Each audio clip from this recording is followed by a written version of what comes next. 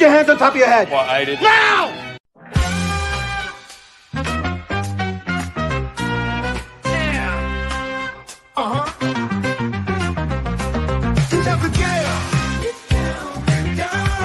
Here comes the jam. Getting down with the truth. The only way he knows how to. Girl, Lord, what's his name? We're calling the chief. You're damn right. He's gonna get that sucker. Throw a track down the truth. You know what a track down the truth. You know what they call him. We call him the chief. You're damn right we do.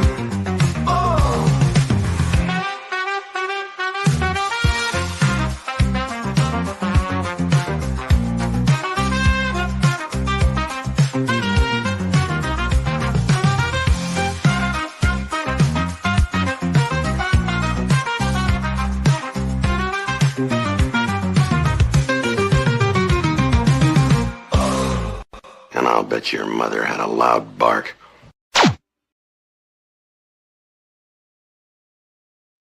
Good morning. This is Morning Coffee with the Chief. I'm your host, Patrick Jordan, on Pop Culture Minefield. You can find us on Pop Culture Minefield's YouTube channel or their Rumble channel. You can find them on their Facebook page. But we broadcast this show every Tuesday at 8 a.m. Pacific Standard Time, and we go over cop-related movies or crime movies with retired law enforcement folks. And today we're going to do the movie Dog Day Afternoon, which I didn't know.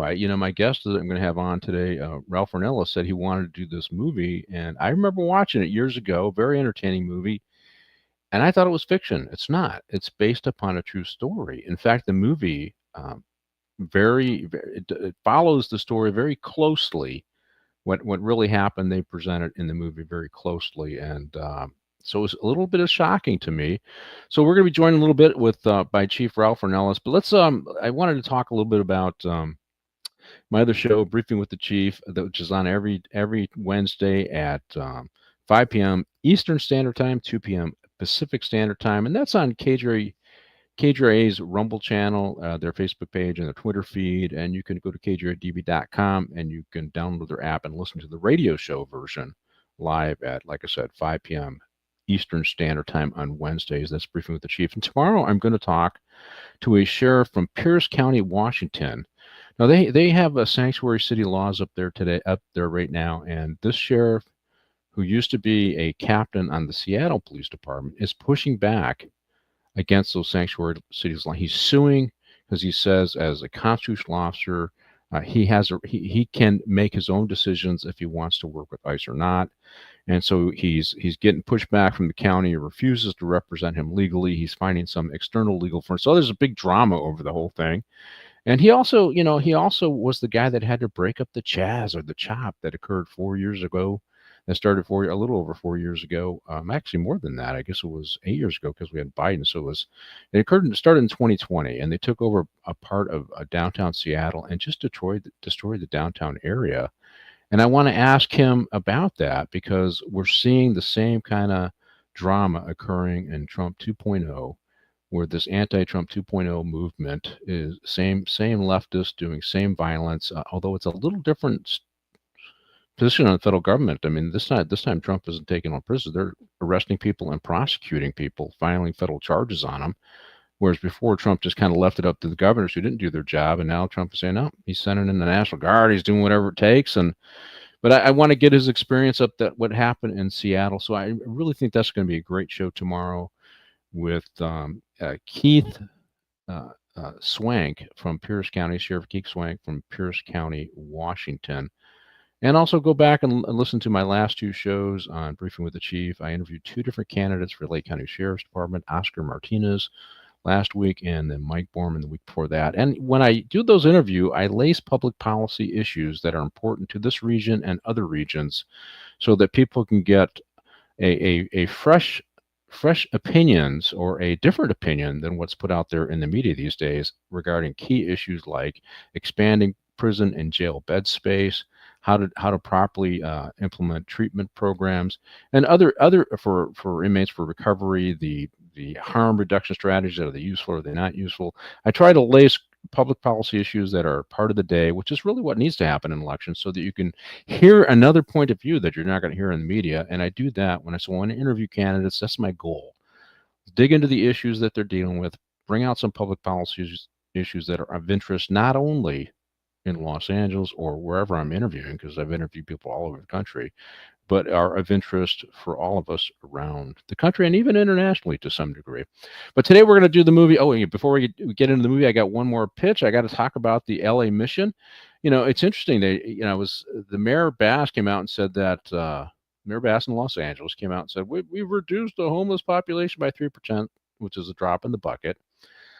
But so that's I think it was like 1,300 or something like that. But 2,500 people died in the previous year. Homeless people died in the previous year. So was it? Did we really reduce it, or did they just pass away? And anyways, but the LA mission has been downtown Los Angeles for 88 years.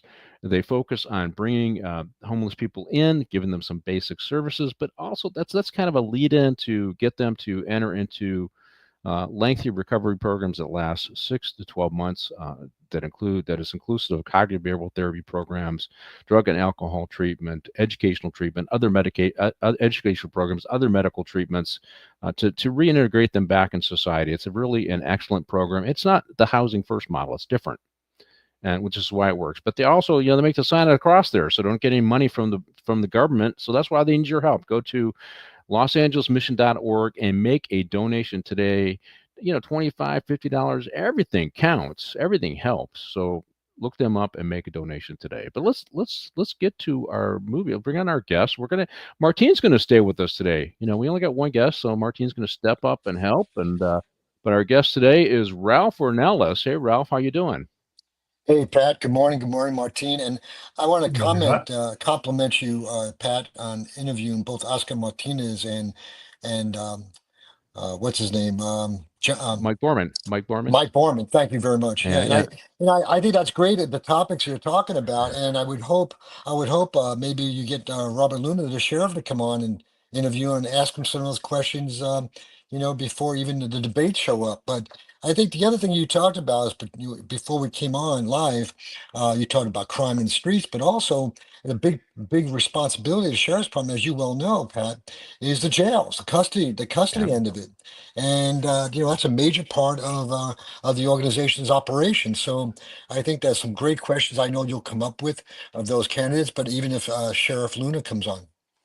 Yeah, I will try to get him on. I'm assuming the former sheriff will throw his hat in the ring. We'll see, and hopefully I can get him on. I want to try to get all the candidates. I think 5 of the DA's candidates running in the primary last time. 5 of 11. It was a ton of them, but I will try, and I try to focus on the same issues to hear what they have to say. But I will ask you this question because you're a former chief at Westminster and you're former commander on the LA County Sheriff's Department.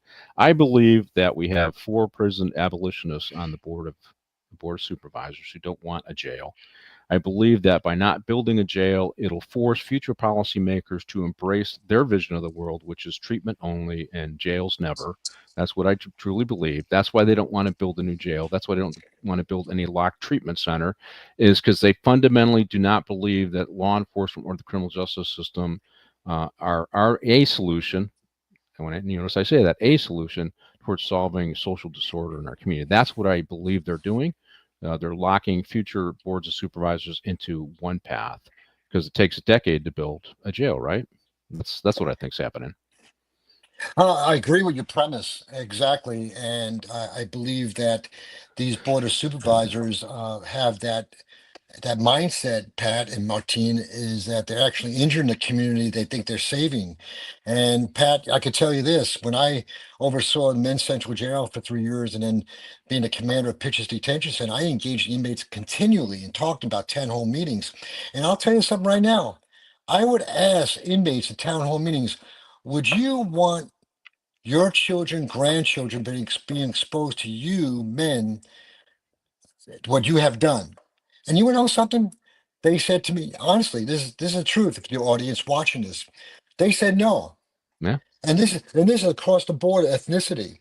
They said no because they said, we are, captain or commander at the time. I said, what? We're predators. We're predators. And guess what? Some of us can redeem ourselves, but the majority of us can't because we have lived a certain way of life. And sometimes it's hard to break that chain. So, Pat, look at the state of California. Newsom has closed 3 prisons already in the state of California. And the men's central jail, yes, definitely, it's outdated. I mean, it was built in Hmm. 1962. It took inmates in 1963 of October. Okay, so but there's a necessity for a custody facility to house these inmates, and the majority of inmates right now. I mean, when I took over the jail, Pat, in 2011, I mean, there is a population of over 10,000. The population of men's central jail right now is maybe 4,500. Yeah. And let me share this with Martine and you in the audience. The one person, one man cells, there's a necessity for these men to be in one man cells because they're so violent and the things that the crimes they have committed, if you let them out, they would kill each other or injure other people. So where are we going to put these now? Now we know in October 1st, 2000. I don't mean to continue on, but I want to Yeah. highlight your point. I want to Yeah. highlight your point, Pat. October 1st, 2011. What was implemented October 1st, 2000? And I inherited it. AB Uh, 109. yeah. AB AB 109. 109. Yeah. It made the 58 county jails, sheriff's department, into state prisons Yep. because all of the population of the state prisons that supposedly were non-violent inmates don't believe that. Okay, when Yeah. they No. did assessments of all these inmates, well, guess what county got 46% of those inmates? Yeah. LA Us. County sheriffs. LA County. Yeah, Yeah. yeah, and what was the majority of them? All gang members of all the different races. Guess what? When I got my percentage in my jail, it caused more anger, ugliness, violence. It was a power struggle. So the politicians don't understand the dynamics of the gang mind. Okay? And when you spend time like I did doing town hall meetings, individually talking to these men and women from CRDF, they'll tell you honestly when you break bread with them and they connect with you, they'll tell you the truth. They'll even tell you the fact that these politicians, they love these politicians because politicians, they play the politicians like a fiddle.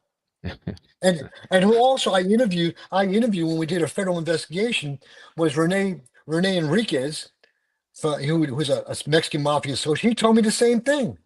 So something, Pat, it's unfortunate that they think they're helping the community, they're helping, but they're really not. Yeah. And it saddens me, Pat. But your premise, for me to go on my diatribe, your premise is spot on, Pat.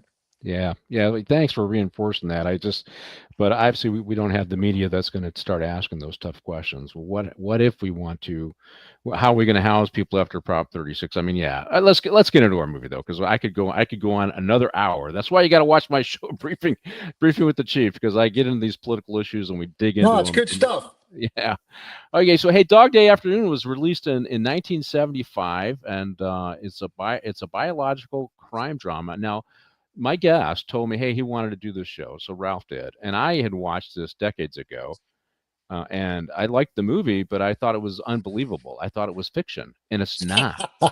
It is not fiction. It is true life. To me, it was shocking when I dug into it. But it was directed by Sidney Lumet. And the film stars Al Pacino, who does a fantastic job, John Cazale, James Braddock. I think he plays the FBI guy, and then of course Charles Durney. And I loved Charles Durney in this movie. I think the interactions between him and Pacino were fantastic. Great movie making, great dialogue, a lot of fun, and it's so let's I kind of wanted to, the thing about it, Ralph, and we talked about it from law enforcement standpoint coming on, is I was shocked at the tactics. That's one of the reasons why I didn't believe it was real. And then just how many coppers came to it, the independent action taken by on the containment folks, and just it just wasn't as professional as I was used to. And I started in 83. So it wasn't that long after this. The real event happened in 72. The bank robbery that led to this. And I don't really have to say that much about the original bank robbery because they portray it really well in the movie, right? And so it wasn't that long after this that I was working, and I have never seen tactics like this in anything I did out here in the West Coast. So maybe it's partly East Coast, West Coast, but I always saw NYPD over the years get very professional. You want to talk a little bit about that? And when did you first see this happen? Because I heard you watched it as a kid. So I was 15 years old, and my dad and I are watching this on Eyewitness News, and the news reporter at the time, audience, was Bill Butel, was like this famous news reporter. So we're watching this, my dad, and also my uncle Gabe, who was LAPD, was on the SWAT team for LAPD, original SWAT team member. And my uncle Gabe was on the New York, New Jersey Port Authority previously for 3 years, then went to LAPD, and he calls us up from California, LA, and we're talking on the phone, and we're debriefing this over the phone, my dad and I and my uncle, and the tactics, number one, are deplorable. But it's true, they depicted it exactly the way it was going on on the day of August 21st, 1972. And I mean, it went on for hours, and I gotta tell you, the tactics of NYPD, there was no control in the sense of, different. If you look at the movie, different precincts showed up. If you look at the cars, in fact, the precinct that actually the day it happened was 61st precinct, which is in that Gravesend part of Brooklyn. Okay, and it was the 68th came, the 49th came. The supposed specialized unit was on the roof, would look like you know and, I forgot what they would call the weapon. I can't remember right now, but it was out of control. And like there was how do you not block off streets further back, but the crowd was in, but it was just like that in the real incident on 1972. And yet, as my uncle was telling me this, he says, Ralph, he goes, we would have never let them get that close, or the Yeah, public. yeah, No way. And the other thing, as you all saw, the audience, is the fact that, the closeness in Moretti, Charles Durning, engaging Al Pacino, yes, Sonny, and dialogue and stuff, knowing that he's got a weapon inside and he's talking to him. And, I mean, I got to tell you, that's what happened that day. I mean, this guy, John Wojciechowicz, he was a Polish, I think he was Polish yeah, yeah, background. yeah, Yeah, yeah. I mean, he literally took control of the incident on the sidewalk there as his stage, while Durning and the real detective at that time was getting played like a fiddle. yeah, I mean, literally getting played like a fiddle. And then look at you remember I forgot what they call it, the syndrome, where the hostages became yeah. his That's advocate. Stockholm syndrome. But Stockholm syndrome. so let me ask this question. Great movie. I got to ask that everyone. Good movie in your mind? You saw you I saw I, it th- play out in real life. Great movie. I Good depiction I of I what happened. I think it was a great movie.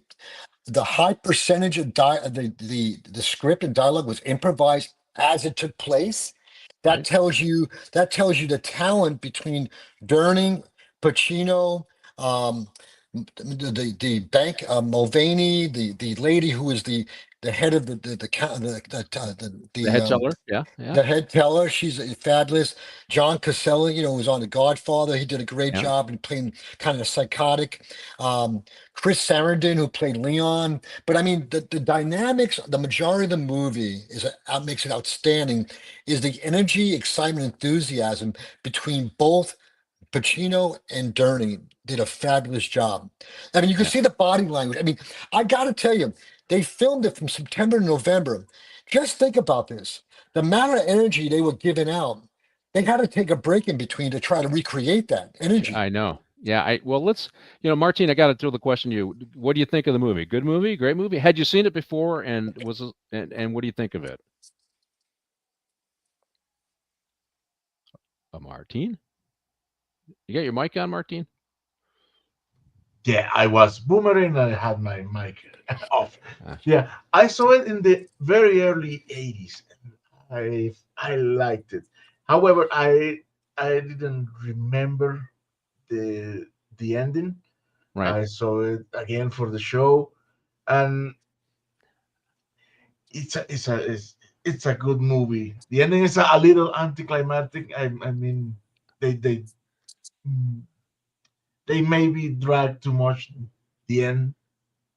If could have taking 1 minute, it would be more impactful because it gives you time to decompress.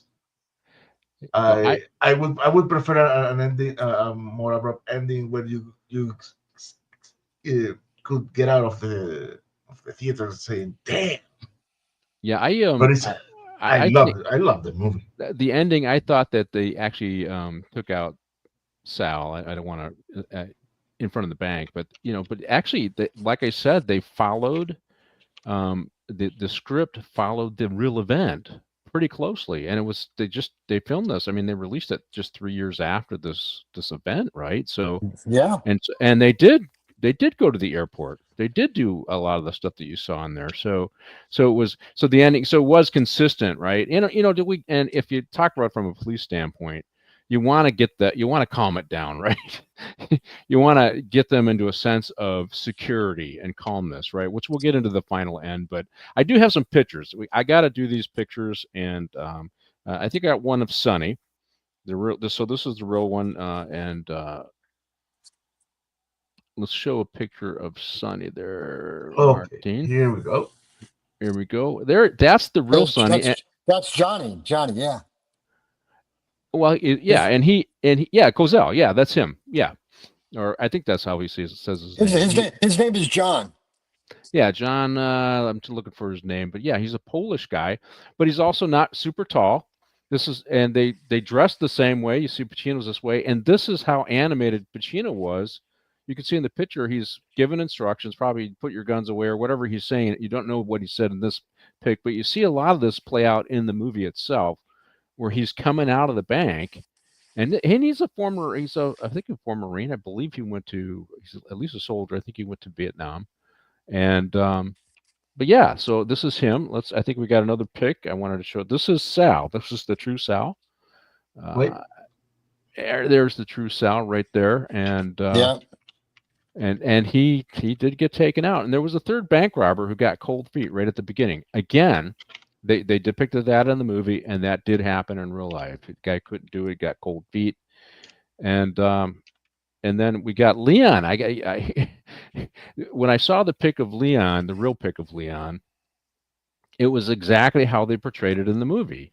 He Exact. comes to the bank, near the bank, to the headquarters, to where they have their command post, to talk to Sonny, and in a freaking robe. The same thing with the hair, kind of like that too. If you was the actor, same kind of look. And I thought I was just wow, this is really they're really focused on this. And of course, the story is he wants to help his transsexual lover get a sex change, and so that's why one of the reasons why he's robbing the bank, right? So and that comes out in the movie. Of course, that's why I'm thinking that this is all fiction when I first saw it, right? It's funny, but it's fiction. But no, it's absolutely true. And then we got Leon and Sonny when they got married. So, and now he's married to a woman, right? He's got kids with somebody else. We find that out later. And this is where he's with Leon here on their wedding day. And when he's in the bank, he says, "Yeah, go get my wife, Leon." Right? And and this was still a little bit unusual in the 70s, right? You get a lot of snickers from the cops, at the time. But he's not afraid of any of this, right? Our Sonny, right? He doesn't care.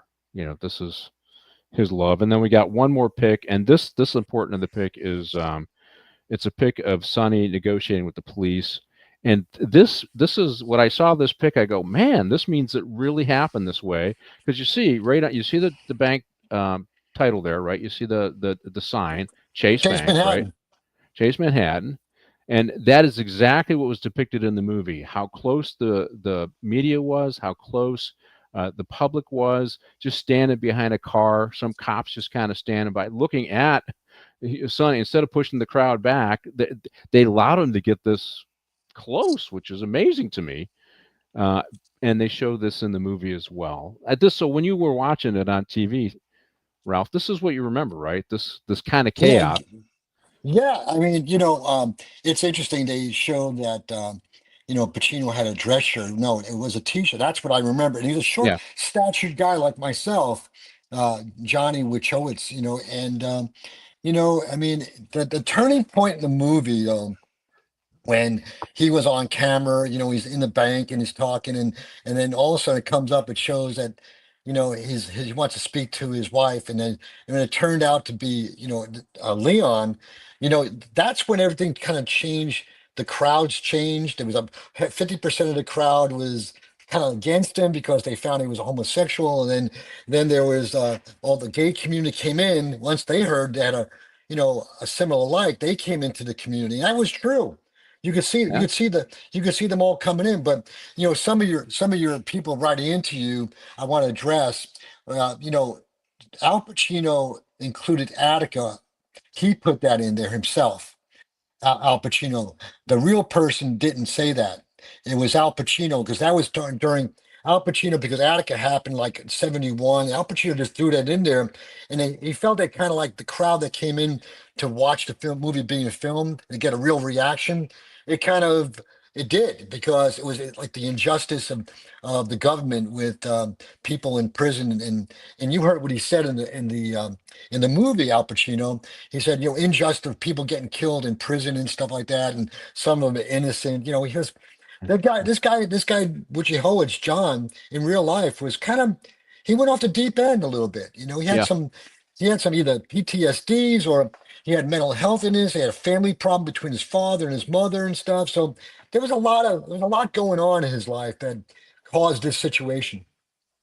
Yeah, well, to me, it's amazing. Like you said, it was a true story, and when I started looking at the pics, I found it, and it just was like it's like they were just taking still shots of the movie, right? That's how I felt about it. What do you think, Martin? You've seen these pics, and you saw the movie. Yeah, Yeah, absolutely. great job depicting the actual events. And this was one of those true stories. We've done true stories, and there's a lot of dramatization, but this is one of those true stories where the true story was really dramatic. You didn't really have to make a lot of stuff up, right, No, you Martin? did. You No, did. I'm sorry, Martine. Go ahead. no, no, no, no. Well, I don't know. I only know what the movie tells me at the beginning that this happened. I haven't done my research on what really happens. But here on Ralph, well, if there are any doubts of the verisimilitude, I think there are very little to me now. I'm sorry, So Martine. I'm sorry, Martine. You're broken up. Is there a question mark you asked me? no, no, I'm saying that the any doubt that you can have about the verisimilitude of the movie, of the events on the movie, you have dispelled them with Yeah. because you saw it happen and you're telling us what happened, and Yeah. it really matches. Yeah. Well, So I'll tell you something. This picture you have up right now, Pat, tells the whole story between LA law enforcement at that time, and even now. Yeah. We would never get that close to a suspect, because the other suspect has got two rifles or some machine gun inside, and we would never allow that. We would never allow our deputies, our police officers on the West Coast to do that. Things that we have learned through either the Watts riots or other hostages, SLA, you name it. We always, the 5 C's: containment, control, Yeah. communicate, to widen the expand the parameters of the incident, isolate the incident to address it in a hostage situation. Just like you remember in Beverly Hills, our Pell in Yep. 1983, when SEB with Beverly Hills PD, they blocked off blocks, wouldn't let people, the media, and even near where the target location was at. So this was to me, growing up in New York, this is typical NYPD, because New Yorkers believe in getting in close range to try to negotiate, Yeah. and you got to be very careful of that. Can I tell you a story though, that I got to relate a story that I engaged in Carson in 1983. So I get a call, and I'm a one-man unit, one-person unit, be more proper, um, of a Samoan father and son in a domestic violence situation, a domestic situation, or a disturbance. I roll up about halfway down the block on a Ravenna, and here is this son is about 6'5", the father is about 6'3", and he's got a sickle around his father's neck, and he's cutting into the collarbone. And I'm sitting, meanwhile, I'm there trying to negotiate, letting his father go. I set up a wide containment and stuff. And my sergeant shows up, who's a great man. He passed on, Bob Livingston, played football at USC and Oakland Raiders. So anyway, he gets there and we were negotiating, waiting for a Met team mental evaluation, and they never show up. And I finally convinced the son to let the father go. And he's got the sickle on his huge forearms cutting his arm. And he's cutting into his arm. And all of a sudden, I connected with this son and I did something what they did in this movie, which later on Bob Livingston wanted to kill me. I know you're gonna. I know a lot of people in this audience. You're gonna kill me too, Pat. But I took off my Sam Brown, Yeah. and I promised this guy I would get help from him. I told him I love him, and I had my 2 inch, and I had my in my boot my knife just in case my guy getting close. I'd have to take him out in some manner, right?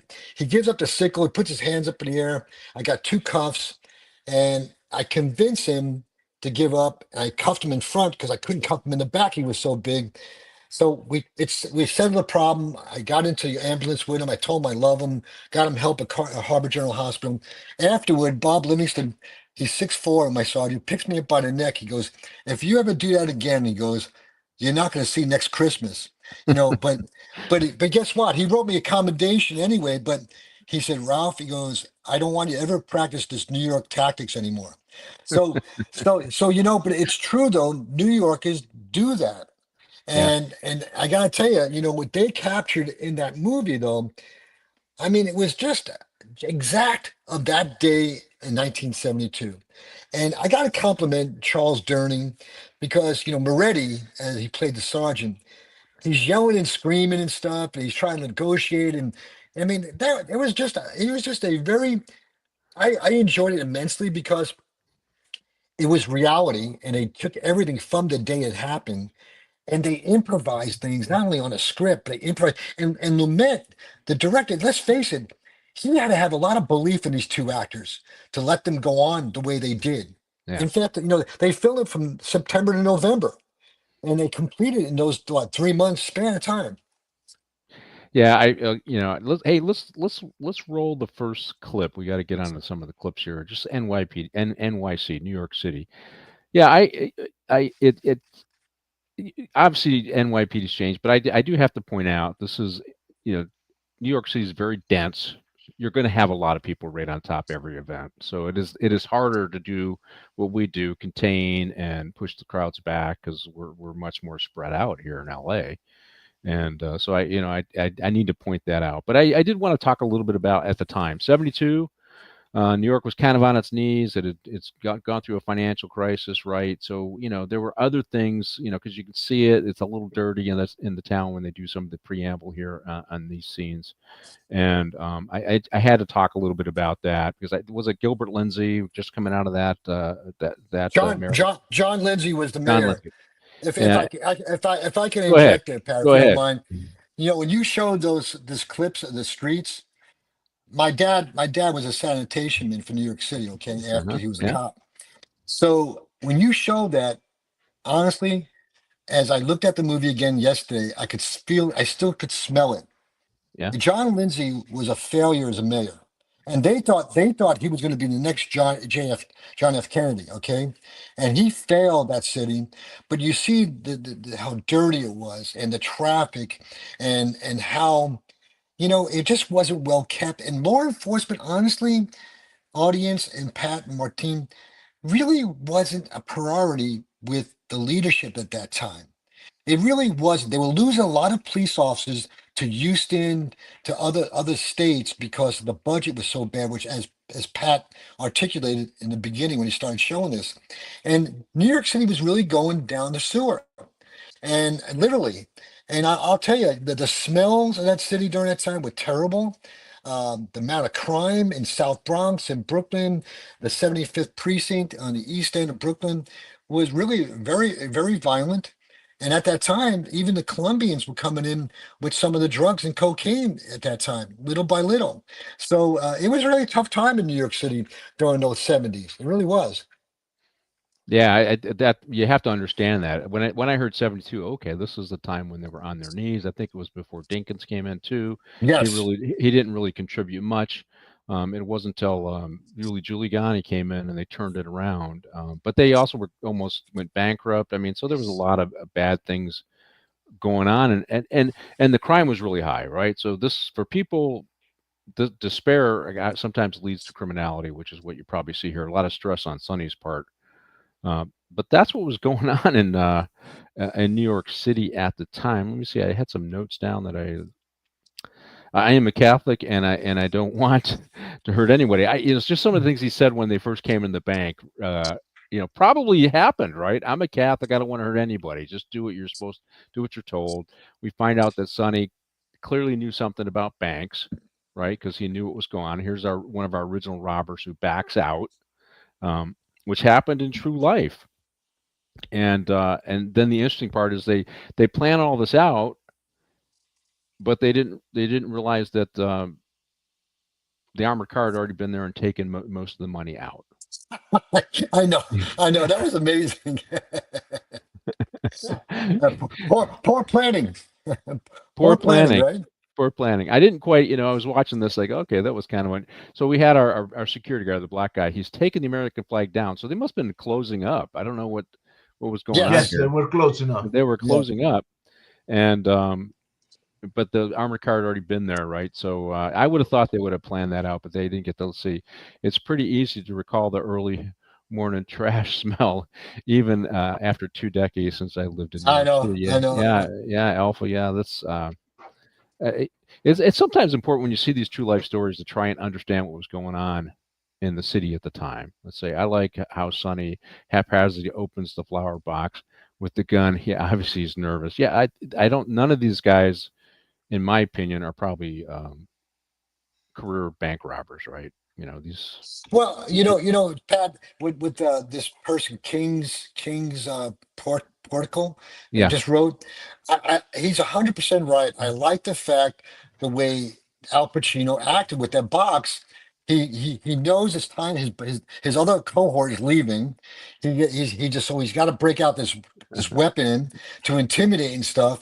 But he knows how to handle weapons because he was in the military. He was in the army, based on yeah, the patch when he got married to Leon. So he knows how to handle weapons. As we see later on, he's teaching the teller how to at attention and kick the gun with your right foot, and then spin it around and stuff. And he unloaded it, took the rounds out. So he knew how to handle a weapon. And the guy that you had to really worry about was what's his name? Uh, his assistant, John Casale, who played the other suspect in the movie. That's the guy you really had to worry about. yeah. It's interesting. So as this progresses, Pacino built him up as being a really dangerous guy because he's going out. He needs them to think, okay, my partner's a really dangerous guy. And part of I saw that as kind of a divide and conquer thing. But one of the other things said in this initial exchange, which I thought was typical New York lady, they're cussing, right? Our bank robbers are cussing, and the head teller says, you could watch your language. I thought, oh, that's so New Yorker. This lady's going to say that. You could watch your language. You could rob the bank, but you could at least do it without swearing at anybody. So I thought that was great. What do you think, Ralph? Typical New Yorker?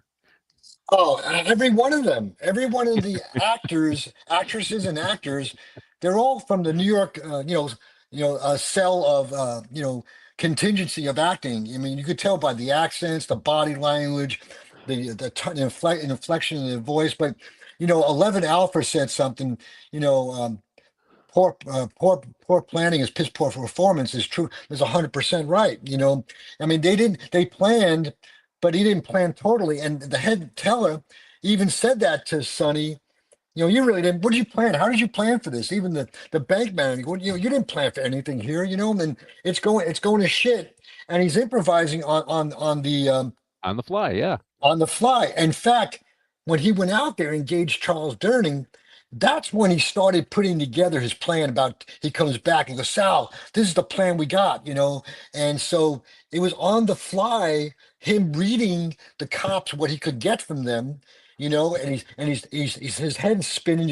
And Al Pacino does a great job in acting on this, because you could see in his eyes widening up and his pupils are dilating, and he's really planning this thing out as he goes along. And as more they gave him, the more he asked for things, and he felt, hey, I got control of this. Yeah, I one of the and one of the other final lines. So he's in here. He's trying to take control, but he's getting kind of whipshawed by the people in the bank. Um, well, okay, the guard's having a heart attack. I don't think any real bank robber would just put him on the side that they wouldn't care, right?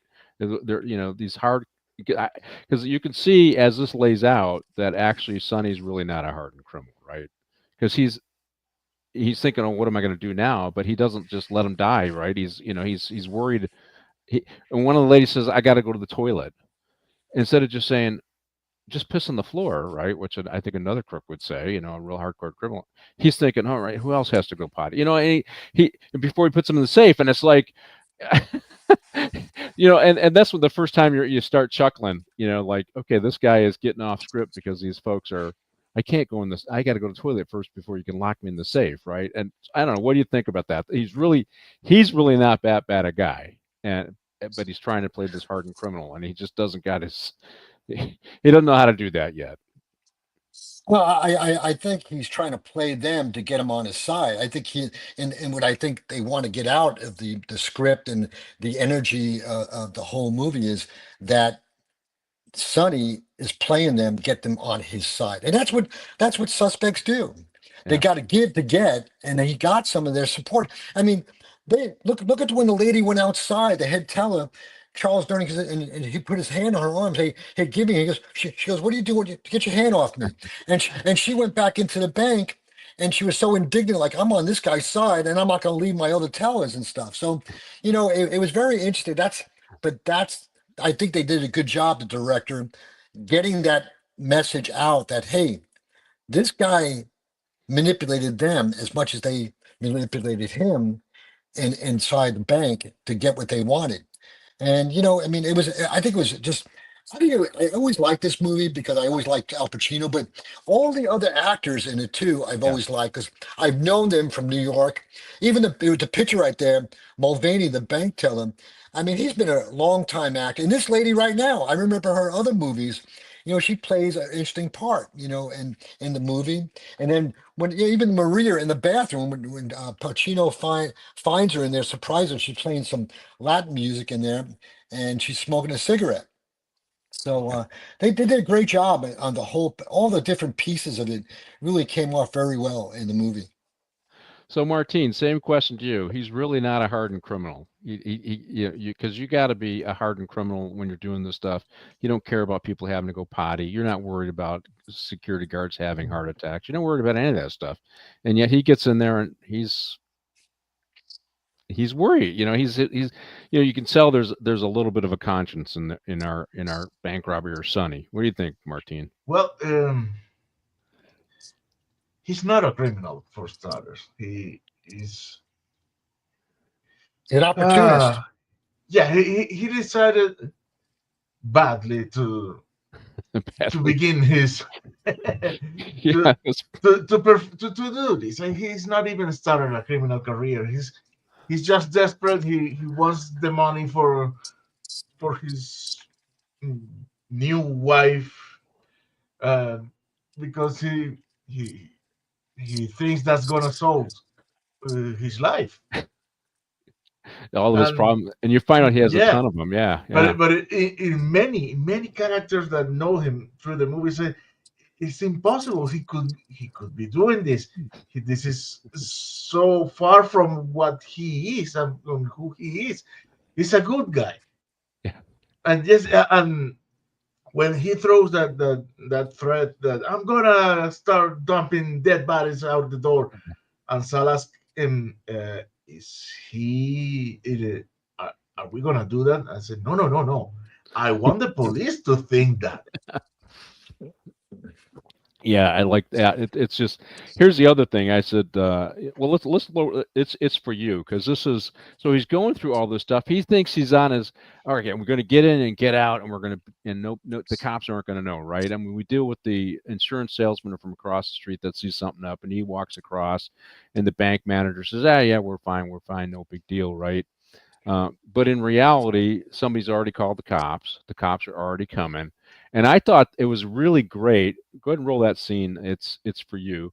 I thought it was really great because the manager because they get a couple of calls. The manager answers this call, and this time it's, "Oh, hey, it's for you, Sonny."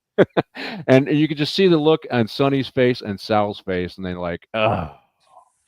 And Sonny knows cops are outside, and they start talking to him, and he realizes the jig is up, and now he's a little panicked. How do I handle this? I thought it's because here's the look. I thought it was great. I think they did a good job. Just in look. I mean, because he says it's for you, and you could tell. I mean, they didn't even have to say anything. They just looked at each other and they go, "Oh, this became really much more complicated." What do you think, Ralph? No, you're 100% right. I mean, it was great acting, great directing. I mean, the look on Sal's face, and oh, the jig's up, and Sonny's goes, okay, what do I do now? How do I shift gears, and how do I get the most out of this? And that's what he's thinking about, because he knows he's not, let's face it, the delivery, the pickup of the money was earlier. He missed out on that. And then the other part was, I think was great. Was it was the bank manager handing him the phone. His calmness and handing the phone over to him. And Al Pacino does a great job in acting. It's like, oh my God, this is. And look at that picture right there. I mean, Yeah. that captures the whole thing right there. I mean, Yes. Yeah. that was it. That was it. So, and I love this. I love this when he's talking to him. As Charles Durning. It's really interesting. Some of the actors in this movie, Tony Lip is in this movie. You know who Tony Lip is? No. Tony Lip, the movie Green Book, is about Oh, Tony Villalongo. And they called him Tony Lip. And if you look at the credits in the movie, it says Tony Lip. And so his real name is Tony Villalongo, who has been in a lot of mafia movies, and so. But he's in the movie, plays a detective in there, and you'll see him later on when he gets arrested at the airport. yeah. Whatever they said Sonny did, he didn't do it. Yeah. But I just it was a great scene because it's like it just goes, all right, this has changed. What was it was there's a great movie in it's Black Hawk Down, when the general is listening to what's going on, and he says, "We just lost the initiative," right? And so it's Right. kind of Sonny. We and Sonny and Sal just lost the initiative, right? Yeah. Look at this picture right there. Yeah, that's it, right? Yeah, they I just mean, lost the initiative. They're no longer in control. Although, as you rightly correct, this is Sonny attempts to maintain control of this and find a way out, right? Now, what'd you right. think? Good movie make, Martine, where just the look from these two actors, the comment, "It's for you," and the look of these two actors is really good. And I like her. She says, "You don't have a plan. What's your plan? You don't have a plan." So typical the New York lady again. What do you think of the scene, Martine? Oh, that's it. Is when you feel everything falling down. Oh my God! Because after the insurance guy, he goes away. You think, okay, there's gonna happen. There's something that's gonna happen to make the police appear, and no, they appear out of the Yeah. blue. Yeah, because this is right out. It's Manhattan or it's New York. I mean, people are on top of each other. The insurance guy's probably not the only guy that saw something out of place, right? So somebody called. That happens. That's not unusual.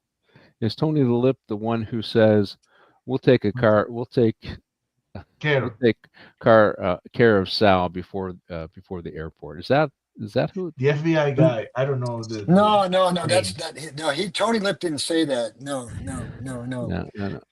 No, but I mean, to get the real Tony Lip, he's in the movie. I mean, he became a pretty good actor later on in life, in different bit parts of Casino, Goodfellas, this movie, and a few others. And the movie Green Book, Pat, his son wrote that, and his son acted in that movie Green Book, which was a great movie and true story also. This is the great scene. So this gal, she's newly married, right? I know. And her husband calls, and she goes, What's "Well, for dinner? what's for dinner? When are you going to be home? How long is this bank robbery going to happen? When are you going to be home to cook I'm dinner?" hungry. What the fuck?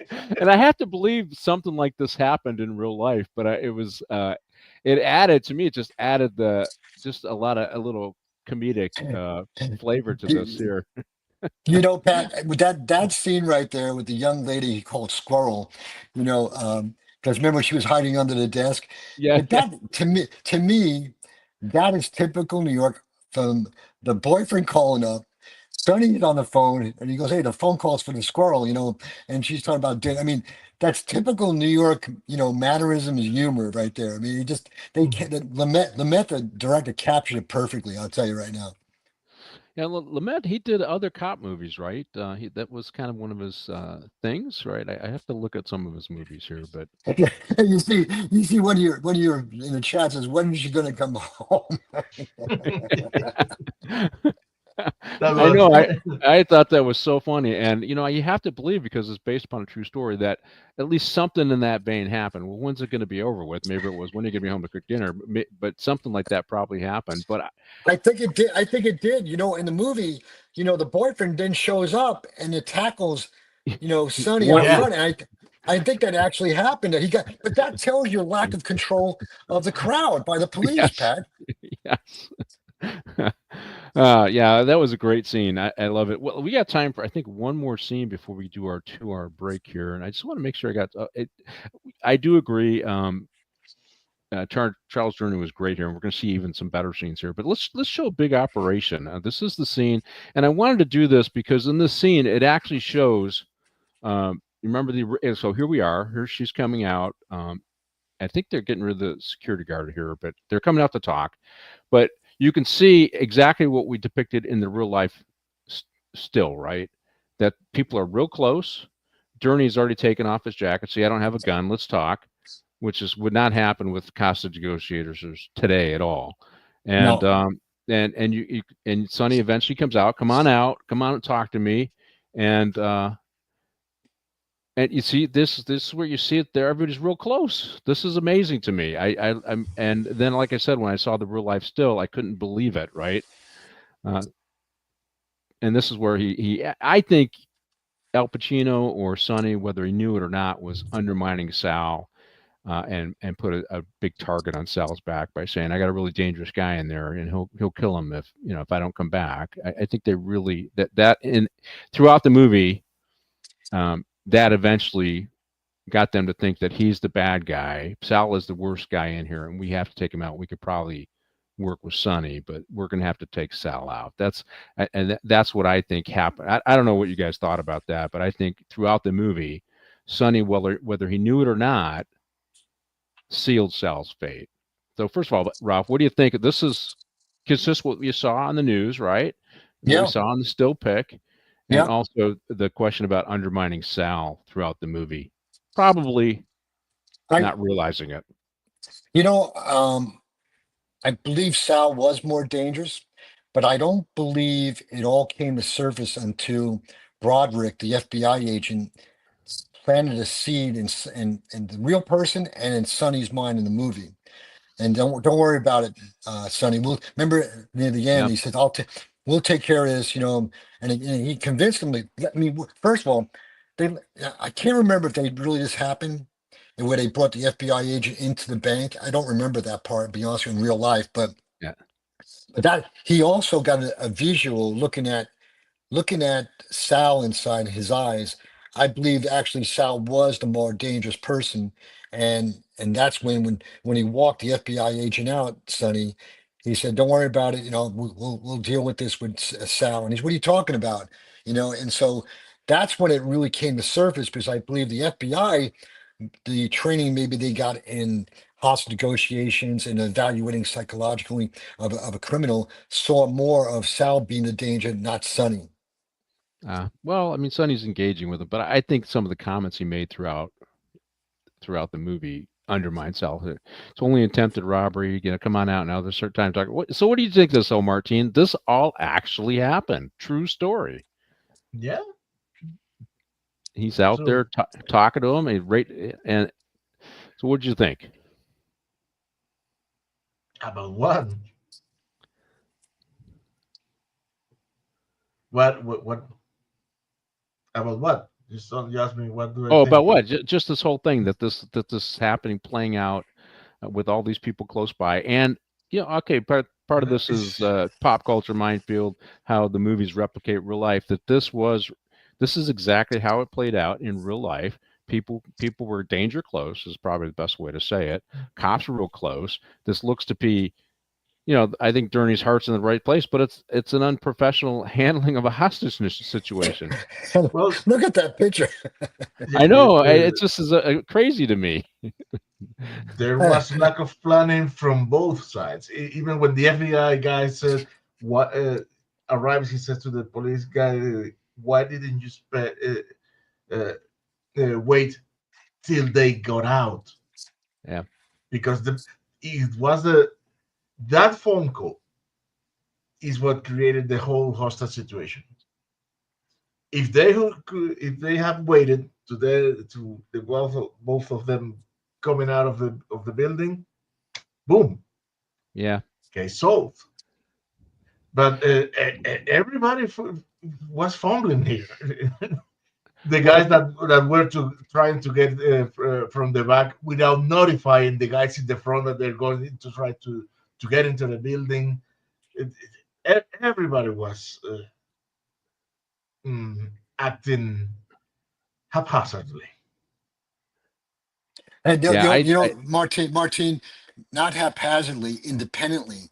Yeah. That's the problem in law enforcement. When you have independent Yeah. action on major containments of a situation, that's when things go bad, like this incident and other incidents we could actually talk about, Pat. We've seen ourselves. Independent action always causes a problem with the whole team. Yeah, I think we got to clarify. So when we rolled the bank robberies, our goal was to contain it, right? So you coordinated containment. So it was 5 C's: coordination, control, communication. Help me Contain, out, Ralph. Contain and then command. command. Yeah. So so you have to do all those things, and NYPD containing it is the right thing, and they're going to be relatively close in a urban environment like this, right? Because you're facing two things: you want to contain the suspects, but also you want to try and make sure nobody wanders in front of this hot situation. So you're really stuck with these two roles. So they're fine there. It's calling in. Because right, you should have waited for the guy. Because this is what happens. So if there's a bank robbery going on, and you're containing it, we're gonna have somebody call into the bank to see what's going on, and we may not say we want to talk to the suspects. We just, we don't know if the bank manager said it's for you, it's the police, or if they said because you would call and say, is everything okay in there? And if they say, oh well, no, it's not. You want generally when the bad guys leave the bank people are trained to immediately lock the door so they can't come back in, right? So I can see where sometimes because our containment policies, the hostage situations, it can happen. But that's the tough part out of it. Do you let armed robberies out into the community with a lot of people standing around? You want to contain it. Most of them are not. They're just false alarms. However, every now and then you get a ruin. I can't remember a hostage situation at a bank though that I handled, Ralph. But that's pretty much how we do it, right? We contain, then we call into the bank, make sure is it real or is it not. If it's real, then yeah, we'd like the bad guys to come out, but sometimes that doesn't happen. But if they do come out, bank employees do immediately lock the door. That's what they're trained to do. So then it's between the cops and the bad guys at that point. What do you think, Ralph? No, I agree. Probably 90% of the robberies that I've confronted as a deputy, sergeant, lieutenant, out in the field, the suspects were either gone, and when they did leave, they did lock the doors behind them. A lot of times, we captured them outside, and when they left on containment. Sometimes the car, whatever problem they had, or people saw them, they ditched the car, and then we had to contain. But what I want to say about New York City, though, and you mentioned a couple of things, Pat, and they have more resources than any other department in the country, right? If they could have, with the amount of resources, and you saw the trucks with all the barricades, and the Yeah. NYPD does a very good job about bringing barricades situation. They could have, with the amount of resources, with manpower, they could have pushed crowds further back, either south, north, east, and west, to give them a more of a clear area without having the crowds nearby. They could do that. Look at all the And that precincts they brought in. They didn't use. and that They would didn't that would mass. happen They today. That would happen today now, right? Yeah, but they could have done it back then too, Pat. It's just Yep. that I just think they didn't. It got overwhelmed by all the people, and they didn't want to deal with a problem pushing at people. What they should have had, as you and I know, they had the command. They had Charles Durning. They could have had other lieutenants and sergeants being commanding, pushing crowds back in different directions to give them breathing room away from the crowd. They didn't do that. They got so what happens, you lock in, you lock out all the information. And that's what happened on that day in 1972, and they depicted it in the movie. So, it's you never I always believe this. You never at a loss to rechange the direction of what's going on. You have to be open-minded how to re-engage and change tactics, and they could have expanded that. They could expand those people away from the focal point of the target location, if that Yeah, makes yeah. sense. No, no, it does. It does, and I'm sure that's probably standard practice today. But I this is the before we go to the break, I just need to mention one more. This is the first time you see the real interaction between Charles Durney and Al Pacino, which is actually excellent. Every time it's this one-on-one thing with them, and Oh, I know there's a big crowd there and interfering, but it is a one-on-one thing before him. Durney's trying to convince him to come out. It's okay. You haven't killed anybody yet. It's just an attempted robbery, and of course, Sonny's not having any of that. He wants to find a way out, right? And but that I think eventually Durney's role gets diminished because the FBI steps in. But this initial phase this is where the energy of the movie comes from. The dialogue between the two of them, Sonny accusing them of, you just want to kill us, you just want this, and Durney, no, we don't want to. Come on out. Trying to play the fatherly role. Just come on out. It's all over. It's not going to be that bad if you surrender now, right? And I think the first part of this movie, the interaction between the two of these guys, helped to really make the movie, recognizing that a lot of these other character actors did a great job, and certainly Sonny's first wife, when that exchange on the phone is hilarious in my mind, but an excellent actor. But these at the front end of this movie, it was these two that that provided the energy for the movie. What do you think, Ralph? oh, I mean, listen, that energy between these two actors is I mean, to me, that's what you want to accomplish in a movie. And both of these actors accomplished the mission in hand, and the director brought it out and gave them the latitude to improvise on the moment notice about the dialogue. They when they were out on the street and the sidewalk, that is all improvised.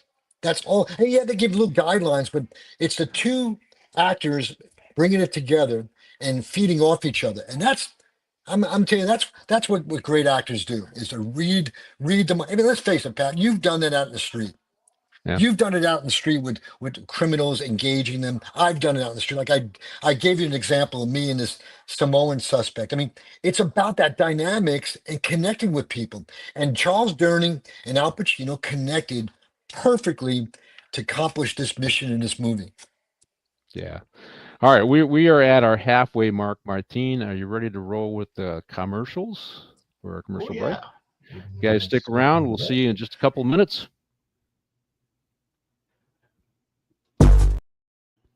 Wait. There's only one location on the internet where you can get it all: movie, TV, and comic industry. News and rumor analysis, official scoops from Geekosity magazine, reviews, and interviews. So, when you need it to be Sunday, there's only one place to go, mate. Pop Culture Minefield, where they're always talking nerd stuff. Right, jog on then.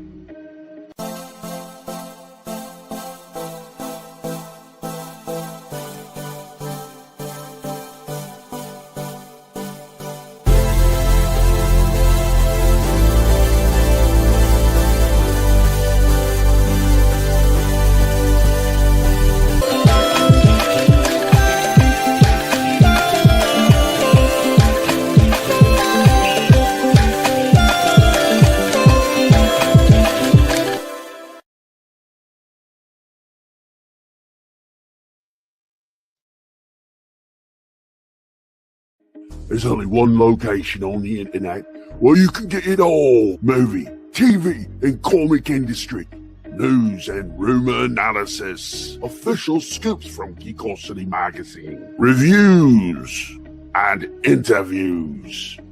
So, when you need it to be Sunday, there's only one place to go, mate. Pop Culture Minefield, where they're always talking nerd stuff. Right, jog on then.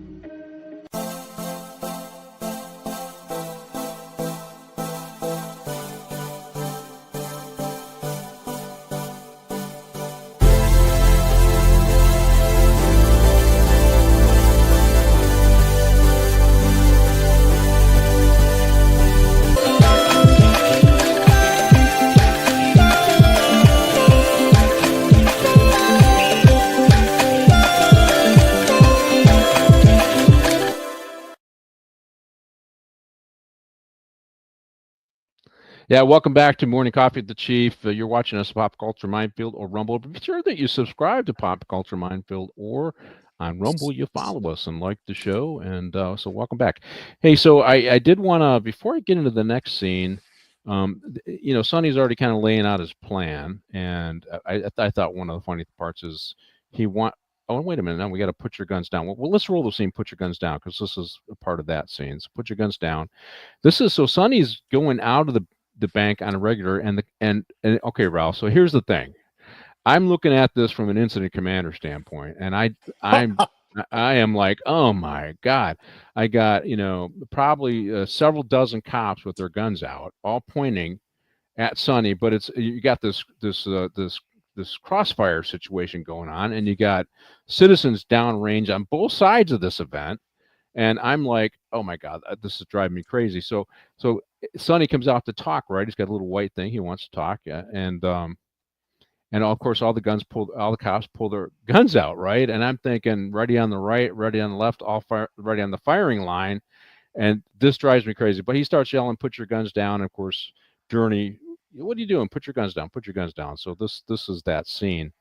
But I'm thinking, and this is where the Spanish guy comes and tackles him too, because he's got his girlfriend in the bank, and they have to deal with that as well. And who is that? Of course, Sonny, he just rolls with it. Eventually, he says, "Okay, yeah." Feels like he's a crazy. But this for me, this is a nightmare.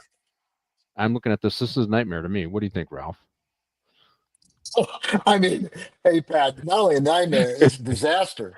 I mean, look at all these suits, cops, detectives, guns out. I mean, who has control of this place? And all the cops right now in this picture right here. I mean, what are they doing? I mean, what are they doing? And then you don't have a picture in there. Everybody up on the roof, across the street, on top of the roof. People trying to go behind on the three side of the building, right? I mean, I gotta tell you, this was reality of 1972. I mean, this is a disaster in the making. They're fortunate enough that actually nobody got killed that day. Yes. I mean, the hostages. They are very fortunate, especially on this incident here. And that taking place. Who the hell knows what Sal would have really done? He could have done inside, killing the hostages. All right. We got well. You're both got some Latino, right? So I got to do this one, right? So here's our guy attacks him, and what does Journey say to? Hey, come on, Sonny. You got his girlfriend in there. You know how the Spanish are. I started laughing when he said that. You know how the Spanish are. A lot of language in this dialogue. Even Journey was in the barber shop and out in the street and says to Sonny, you know how the Spanish are and stuff. I mean, it tells you the time and place. Right. About our the cultures and stuff like that, and it even goes back to the Godfather movie with Al Pacino. With the way the Italians spoke about the blacks and the Hispanics also. Yeah. And so anyway, but that you're right. You're 100% right, Pat. You bring that up because that's how it was, and nobody thought anything of it back then at all. Well, mano y mano, you got to take care of your girl. But hey, I thought it was a funny comment. Martin, Being a Latino, what do you Yeah. think? Yeah, it was. It was. Did it cause you to chuckle? It took me by surprise. I mean, you're not expecting somebody getting out of the crowd running to beat Yeah, to beat Sonny. What the hell? But and yeah, I wouldn't be lying if wouldn't admit that some members of us Latin Americans wouldn't do something like that without thinking too much about it. you're just protecting your girlfriend, right? That's Yeah. that's just yeah. Well, I thought But it you was know, but you know, it was a good funny comment though. Go ahead, Ralph. no, but once again, I think I said this in the beginning, but it tells you the piss poor containment that this Oh guy yeah, got between yeah, so many cops yeah, to get to the suspect. yeah, I mean, what would they do? So, so if you go back to the picture of all the uniformed personnel facing in one direction, yeah. so guess what? Well, He stuck behind everybody and got through because nobody's the other second line of officers should have been watching the crowd while the other one watches forward, right? But they didn't do that. Mm-mm.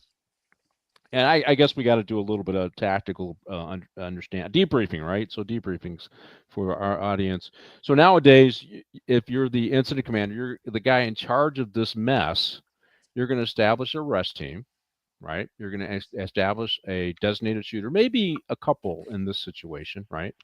And everybody else, and then you're going to have everybody else on containment or with specific duties. You might have a headquarters team, maybe your command post team, but everybody's going to be given designated responsibilities, right? And they're not allowed to take independent action. There'll be direct communication with the command post. Hey, get yourself on the roof. We're going to talk about that in a little bit. But in this situation, we would, and if it, right now in modern policing, Ralph and I roll up to this mess. We'd say, okay, we got to control these guys. Put these guys on containment, have them get the crowd back, right?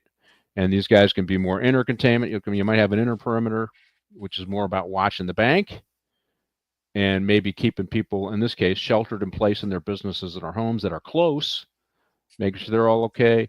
And then you have your outer perimeter, which is keeping everybody away. You might have a little bit of an area for the media so they can go see it, right? And then you're going to designate an arrest team. So, guys, that's all their job. They're just waiting for the arrest team. When the guy comes out, they have to come out. And they would also serve as an entry team if it goes hot and it's active shooter and you got to go in, right? Then you would probably have some folks, probably on high ground, to be designated shooters in this situation if it goes hot outside. That's probably basically how I would do it. Ralph, what do you think? No, I mean, first of all, we would have a inner outer containment. The Yeah. people on both sides of the street and businesses live there. There's some people live in some of the apartments above it, and below the roof line. We would evacuate everybody. The other thing, we would have a SWAT team commander and captain, lieutenant. We would have you say if you were the incident commander of that precinct or station area, you have influence about what goes on. But the tactical approach would be the commander of in charge of that and the captain of SCB. We would be negotiating between each other and the lieutenant with the team leaders out there what we would do to try to minimize and to solve this problem. We would use a lot of drones right now. We also Yeah. used to throw these baseballs into a building that gives you a 360 view what's going on inside the bank or a house and stuff. And we would come up with a plan. But you as the watch commander, Pat, we would confer with you how the plan would go, or the station captain, to make sure they understand all the risk factors of the incident. And I think that we've evolved compared to this, and even evolved from the time I came on the job, how we would do things, because technology has helped us so much to become more another level of tactics using technology, give us the best information we can get. And a lot of these, the reason we do this is we learned lessons from events that went bad in the past, right? Pat, 110%. One of the things when I was on OSS, we would, after debrief, we would call it fess up and fix it. And it didn't matter me as a lieutenant, the sergeant, anybody else, you get laid out if there was some mistake we made in the whole process in the operation. From me as a lieutenant to the sergeant to the detectives to the SWAT team, even would be part of our fess up and fix it session to make sure we're better the next time. Yeah, fess up and fix it. I hadn't heard that, but yeah. So tactics have evolved and tactics changed, but this would be a nightmare because you get so much crossfire going on, which is why, like I said, that's why I thought it was fiction, right? Even when I Oh, watched it as a kid, I thought it was fiction, and it was not. Let's roll the next scene because let's see. We got some guys behind the bank that take independent action, and it leads to this next scene. Is what the F. I always said I wouldn't use the word F word on this show, so I'm not quoting exactly. So Martine can't roll back to the owner of the channel and say that Chief used the F word. What the F is No, I don't snitch because is the I don't matter like with you? snitches. I was, so the guy who owns the show, he does his own Military Monday thing, and he'll drop some F bombs every now and then, right, Martine? And I, we were discussing my show, and I said, yeah, well, I probably won't do that. I've tried to condition myself not to use that kind of language. He goes, really? I go, yeah, and I don't think I've ever used it on the show, Martine. And so I No, thought, oh, no. this will be funny to do this. So, but yeah, so the guys behind take independent action. They, or at least they do. To me, it looks like they're just trying to get on the roof. And Al here thinks they're no, actually. no, no, no, no. I think no. I think there's a window above that back door, Pat. They were trying to remember the Mm. guy was on a rope from ESU, Emergency Service Unit. So he's trying to He was scoot trying down. he was trying to come down to see if he could work that window to get the entry. And then what happened was Sonny saw it and then he kept around. Yeah. So And he then capped around. the guy went up on the rope again, get back on the roof. So okay, we'll go with that. So they do try to make, but this is independent action, and this is not Yes. good. This is where the command, take command, and control. Those are those two, the 5 C's that Ralph mentioned. That's what you're taught to do. Take command. You're in charge, and you devise a plan, take control, and make sure everybody understands what their role and their mission is. And so these guys in the back of the bank take independent action. Now, I don't know. In 72, did they all have radios? Did all the coppers have radios, Ralph? Do you remember? If you notice, they had some handheld radios. Yes, they did. And we didn't have that. No. I mean, we didn't have that. I didn't have it when I came on in '79. So they had some handheld radios. Now, the sophistication of communication was not that great, but they did have handheld radios. So, which exacerbated the problem because they took independent action to try to insert and listen. The cops were trying to do the right thing, but they should have ran things through, Moretti and whoever else. But that's what it is. What it is. And it's and I like this scene because Charles Durney just gets beside himself. Now you don't see he's not a round is fired, and now he's using a bullhorn before he just runs up there, right? And he's trying to get Sonny to come out, and he just kind of loses it. What the F are you doing? What was And then he finds out, and Sonny challenges him. Well, you're trying to come in. He goes, no, I'm not. So he does. So he doesn't have control. Charles No, Durney, and and they don't have control, and of course he doesn't know that. But then he's pissed that, hey, this is. I don't want to say it's going well. Nobody's been hurt yet. I mean, that's what Durney's saying. Nobody's been hurt yet. Don't fire. Talk to me, kind of thing. And I like this scene just because I think this scene between Al Pacino when he finally comes out of the bank and talks to Charles Durney is probably one of the best. Is probably the best scene between the two of them. They had some good ones, but this one I think I enjoyed this one the most because because Journey's pissed. His character's pissed. What are you doing? Our goal is to get this over without anybody getting hurt. And you're shooting around up. What's going on? And so what do you think? What do you think, Ralph? No, I think you're right. It's great because if you look at this picture right now, the one you just had, the green car, they're behind that car with the bullhorn, but the FBI agent, the head guy, is really ducked down below the side mirror of the passenger side. You can see the top of his head. But once Pacino comes out and now Durney walks towards him, the engagement is in high emotion because now Durning is trying to reestablish his credibility with Sonny in this, and Sonny saying, "What the fudge are you doing to me?" But guess what? He said, "Who shot the round?" And Durning says, "We didn't shoot the round," which, Sonny knows they didn't. It was him, and now they're trying to renegotiate this relationship to try to get back on board of trust. And, Sonny's saying, more or less, I don't trust this. Who do I going to talk to besides you? I think that's some of the words came out. But, and I think at this moment in time, I think that's when the FBI started reformulating the approach how to engage this, not only in the movie but in real life. I think at that time. Yeah, I think let me get some comments from Martine on this. What'd you think of this scene, Martine? I thought this was just from a movie making thing, an excellent scene between Gurney and Al Pacino. What the F are you doing? Oh man, that scene. I don't know. See, I think this is like the third time the sergeant says communication. There are lack of communication between him and Sonny, between him and the FBI, between him and the other police units, and he's trying his best to keep things calm, and then this happens. So everybody lost his marbles. Sonny's telling him negotiations are over. I don't want to talk to you. And I said, "Yeah, dude, I didn't do it. Check me out. Let me talk about." That was a very tense moment. If you don't know what happened in real life, you say, "Oh man, there's gonna be fighting here. Things are Yeah, gonna go south." However, I don't know how they managed to de-escalate the situation, because it was going to a bad place. yeah, I think they both want to get out of here alive, right? I think Sonny ultimately wants to get out of here alive, as he says in the beginning. I'm a Christian. I don't, or Catholic. I don't want to shoot anybody, right? In Polish Catholic, Poles generally be Catholic. I want to get out of here without killing anybody, and that's what you recognize. I think that's why Sonny's a likable. He's a likable rogue to some degree, is Yeah, because and that thing that he says, he's worried because, okay, Sal is his friend. He loves him, but he knows Sal has got problems.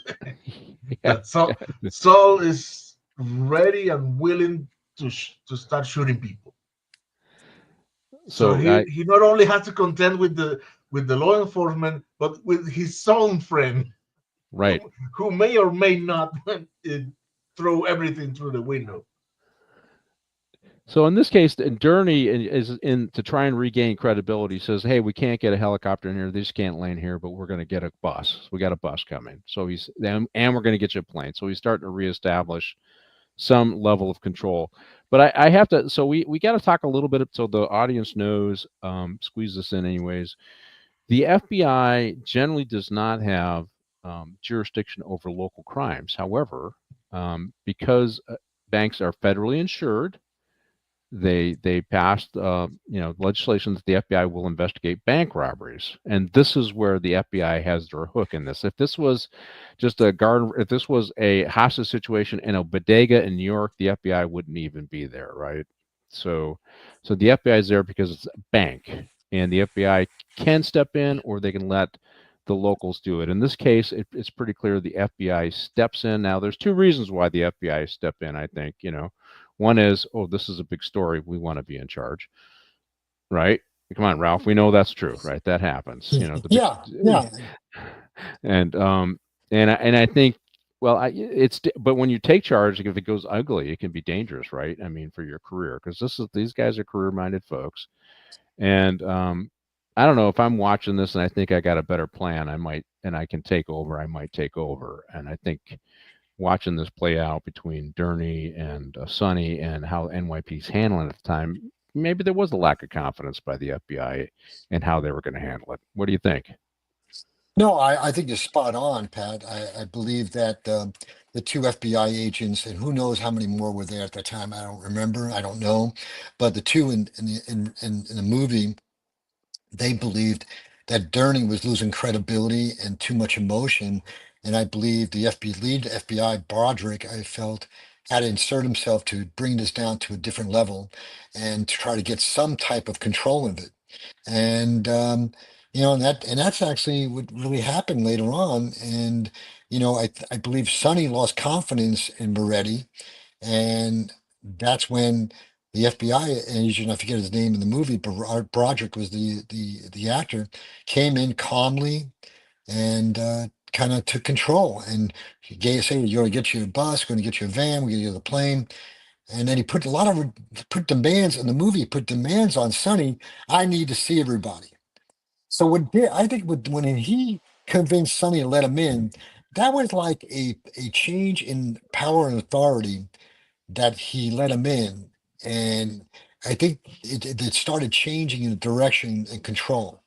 And I think the actor in that did a great job, and I think it kind of it added a different dimension to the movie at that time. The emotion, movies go like this, right, up and Right. down. Yeah. I think it gave it a different level of emotion of control. It slowed it down, and I think obviously I was like, God, he's assessing that what's how many people are actually in the bank. Are there really only two robbers? So he's reconnoitering when he goes in the bank. That's what Intel, he's doing. Right? intel, He's intel. gathering intel, and what kind of weapons do they actually have? A long rifle in a van might actually give somebody with a handgun an advantage. Because it's hard to wield that a rifle in a car. So I think they're looking at all those. He's looking at all that stuff, right? As they already got their plan formalized. But we got a few more scenes to go, so I got to get hustling here. And I think the Go funniest ahead. scene is transgendered Leon. We got to talk about this one because it kind of makes the uh, it's almost comedic, that what he's robbing the bank to help. This is his wife. He says, "Go get my wife, Leon." And what I really is I already talked about it because we showed the picture of the real Leon. He actually showed up in a robe. He had tried to commit suicide, and because he couldn't get the surgery, he had gone to a counselor and said, "Well, you're really," as he says, as he's telling the police, "Well, you're really a woman trapped in a man's body, right?" Which is we hear that now all the time, right? But this was really new in 72, that kind of thinking, right? And he hears it, and so he thinks he needs to get a sex change, and of course Sonny thinks he needs to help him get the sex change. um, I was like, what is this true? Now watching this in the 70s, when I was a kid, huh, what? Yeah, that stuff just wouldn't. This is only happens in New York. Well, as I find out, this happens everywhere. It just tends to be pronounced in New York and Los Angeles. But here it is. This is Leon, and he actually came in his robe and all that. They got him at the hospital. He's in his robe, and he plays the effeminate male in this, which I happen to believe it's all true that he's kind of effeminate. And but as you lay in there, and he ends up having a conversation with Sonny, he lays all of his problems on Sonny too. So some of these guys are, and you see it with his first wife too, his wife with the kids. They kind of put all this on Sonny, and Sonny doesn't know how to regulate all this drama in his life. That's what really comes out about Sonny. He's under pressure. He wants to solve everybody's problems. He's incapable of solving their problems because their problems are way bigger and not logical to me to some degree. And here he is. Does that? Yeah, he's in his chair. Yeah, Uh, yeah. what'd you think of this, Ralph? It really, for me, this kind of like what? I didn't see this coming when you're watching the show when I first watched it. What'd you think of this whole scene and the pressure that all of these actors around Sonny, his parents, his first wife, his second wife, put on him, and he accepts it all and takes it on like he's got to solve these problems. Not only in the scene in the movie, sitting in my mom and dad's kitchen watching this on Channel 7 in a I think it was a small black and white TV. Um, it was a shock when it came over Bill Butel saying that, here comes, his wife, and it turned out to be Leon, from Bellevue Hospital that was brought in. Now, Bellevue Hospital is a mental hospital on the border of Queens and not too far from Long Island. And, that was a big shock to everybody. It's like, what? And it was a shock to the every live, and but also I think a lot of people forgot when they saw the movie that that actually transpired, and Leon and Chris Sarandon did a great job playing that part. And he's a good actor, and um, not only when they walked him, you see all the coppers say, "Well, he's a queer," and not many people talked about that at the time, out loud, compared to today. So it was a shock, and I gotta give the director, kudos to at that time putting it in the movie and having a pretty significant amount of the scene during the almost the end of the movie about it because that was a changing culture at that time. Yeah, it's Gambit said one of our listeners or our followers talked about how the actor portrayed the fragility of this guy, right? And Yes. but come on, Martin, you saw the pictures. I sent them to you. You saw the picture of Leon. The That resemblance is uncanny. exactly him. The hair, but also the fragile nature. How he kept his robe closed. Yeah. In here also as he's in the real life picture. So uh, yeah, and he did try to commit suicide. So there was a certain amount of fragility in the real life person, but certainly you see it here as well. It's funny. I did some research. Kind of this Leon went on to be kind of a minor celebrity in New York after this whole thing, and went Yeah. to events and all this other stuff. Kind of became a Yeah. minor celebrity. I think he ended up, if I remember correctly, ended up dying of AIDS, but kind of So this was I think they did a documentary in which Leon was part of it. So was Sonny, but little minor celebrity in New York. But yeah, what you see here is what happened in real life, Yeah. and Yeah. and Hey Pat, and also Leon did get the sex change later on. oh, did he? Oh, okay. Yeah. Yeah. Yeah, he Yeah, did. yeah. He did. I mean, and I think I don't know how many years later, but it was a beginning, not hearing too much of that during the time, maybe late, 70s and stuff, late, I don't know, late 70s, 80, I forget, but he did. Well, and then you find this is where we find out that the motivation for the bank robbery is to get money, at least partially, to get money to help fund the transition for Leon, because he's been Yep. told he's a woman trapped in a man's body, so that's the treatment, right? Yeah. So yeah, just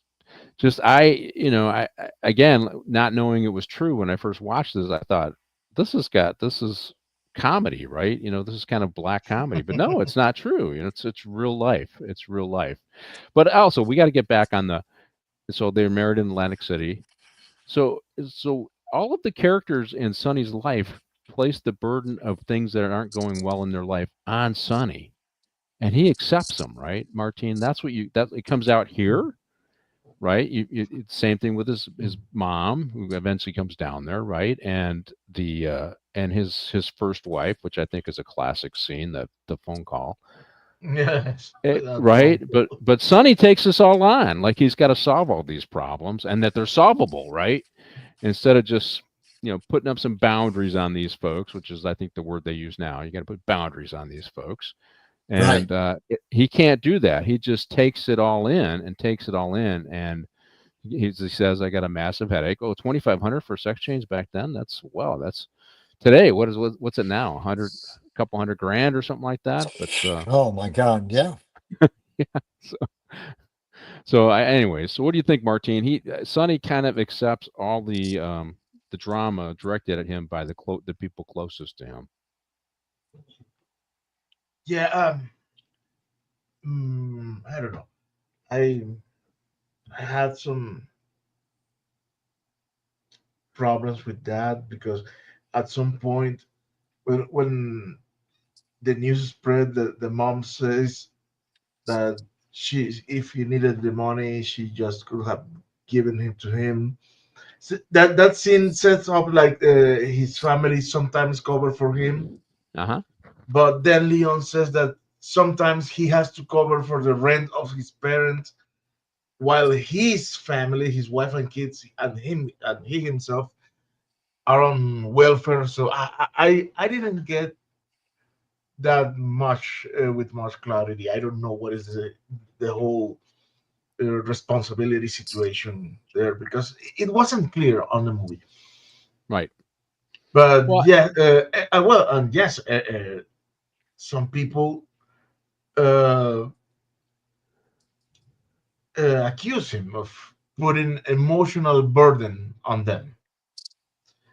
Now that's funny because he's the only one that really cannot talk. Nobody lets him talk ever. yeah, He's just taking until he says, "You know what? I I, I cannot keep this conversation going." well, That is the pattern with everybody. right. Leon, his wife, his mom. He's crazy. That's I can't talk to him. He's crazy, or he talks to him, and whatever. But I think one of the other things that came out of this scene, in addition to saying that he's crazy, is that they start the news media starts reporting that there are two homosexuals in the bank, and that becomes Yes. a real issue for Sal because Sal has a problem with that. Now, in real life, they actually met to design this robbery in a gay club, right? So all three of the bad guys, remember our one of the bad guys, he peeled off at the beginning, right? But all three of them in a gay club, right? But Sal doesn't like to be identified as gay. He's not gay, and in his mind, in fact, you find out during the movie he's a Christian, and he believes in living a clean life, right? And because he jams the Mm. head teller, "Why you smoking?" kind of thing.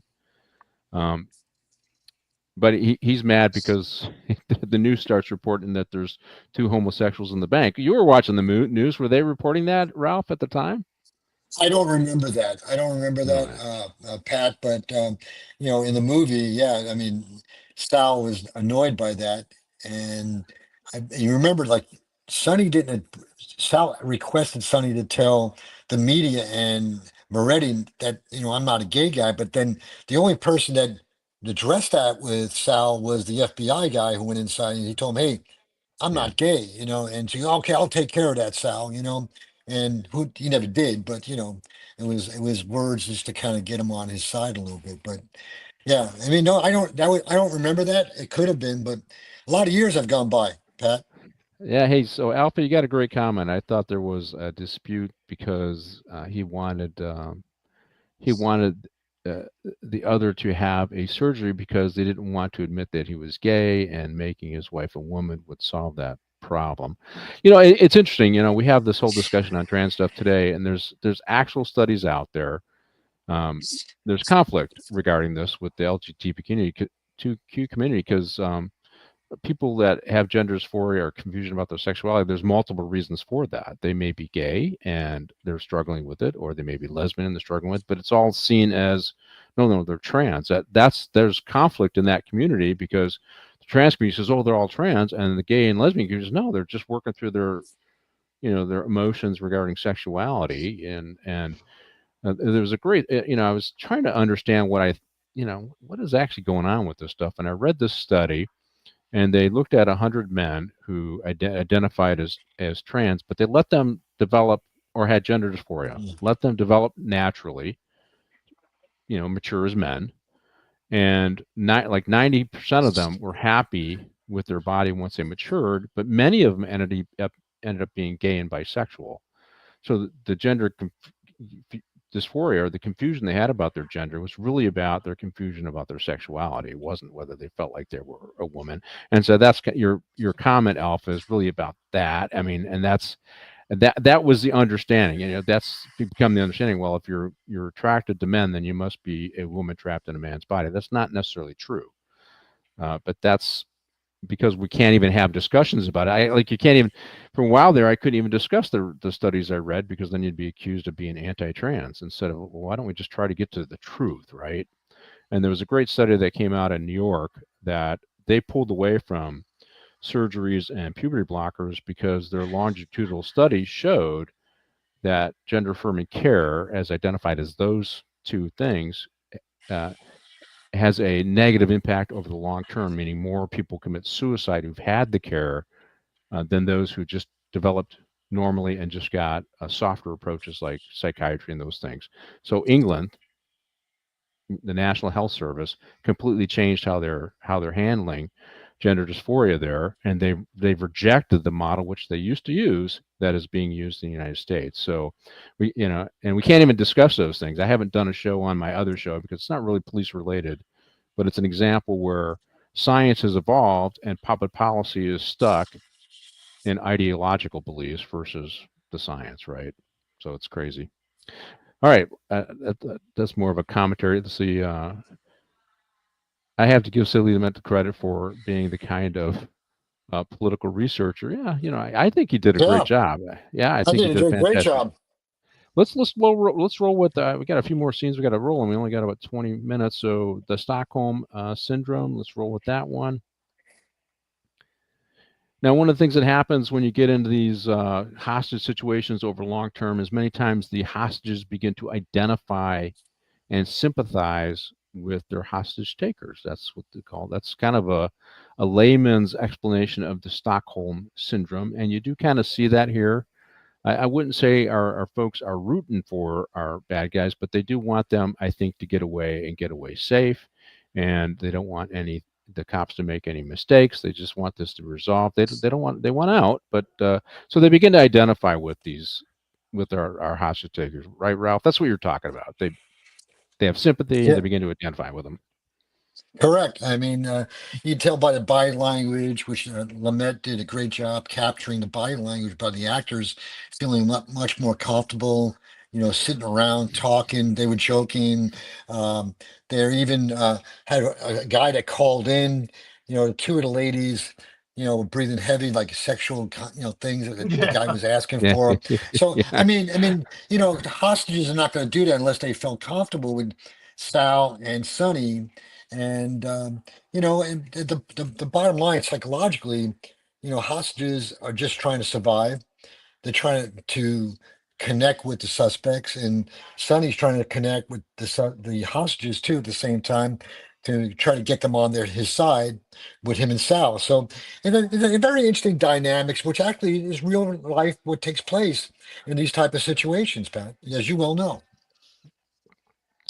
Yeah, and I just from the very beginning, you understand that Sonny, and they really didn't use a lot of violence. They didn't use any real violence. I mean, it was the threat of violence when the bank was taken over, Right. and he makes it very clear. I'm Catholic. I don't want to shoot anybody, right? And you come to really believe that that's what he actually believes, right? But here's also when the FBI, now they're communicating with them, they're going to take over, right? You see this starting to happen, this scene. They're going to take over. They've decided they got a better plan, and they clearly are putting it in place because they're the ones who end up bring up the shuttle. And this is the point where I believe our FBI agent, they shut off the air conditioner. And I had to ask, so this dog day afternoon, it implies that it's a very hot day. What month was it? Do you remember that this happened at? August, very hot, humid in New Very York hot City. and I humid. mean, That yeah, I mean, it's that's what New York City is, especially with all the buildings and the air doesn't get to some of the the air from outside from the either from the East River or the Hudson River doesn't get there, and so basically you get pretty heated up in a city like that. So they shut the power off. They shut the air conditioner off just to make it irritating. And our FBI is going to come and look at them. But I think one of the things when I originally watched it, I go, okay, it's really hot and humid, right? Because I grew up in the Midwest. Our weather was your weather a couple days before it got to New York and Detroit, right? And so the humidity in the summertime, it can make it really miserable if you don't have air conditioning, you don't have a breeze, which eventually happens in the bank, and that's what I see play out in the movie, and they showed it. And you also see that it's getting to be nighttime, but it doesn't always cool off at nighttime because you got all that cement that retains the heat, right, Ralph? Hmm. Oh, and during the summers, I mean, if it was 95 degrees during the nighttime, it's still going to be 95 degrees, and plus the humidity is still going to be 90% humidity. So, I mean, it just doesn't change. And the mosquitoes about as big as me.